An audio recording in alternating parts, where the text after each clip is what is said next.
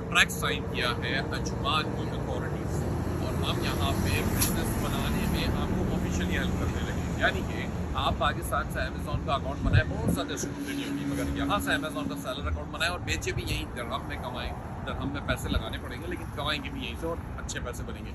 इसका एक तरीका ये होगा कि filingfox.com पे जाइए और वहाँ पर साइन अप करना है आपको UAE कंपनी फॉर्मेशन और वीज़ास के लिए। एक बहुत ही स्मॉल पैकेज, बहुत ही लो कॉस्ट पैकेज है जिसमें आपकी कंपनी भी बन जाती है UAE में और आपको 2 साल का वीज़ा भी मिल जाता है। कोई बीच में एजेंट का खाता नहीं है, मैं डायरेक्टली अथॉरिटी से करवा के दे रहा हूँ, इसलिए बड़ा साफ सुथरा काम है और मैं आपकी रिस्पॉन्सिबिलिटी ले रहा हूँ उस काम के अंदर।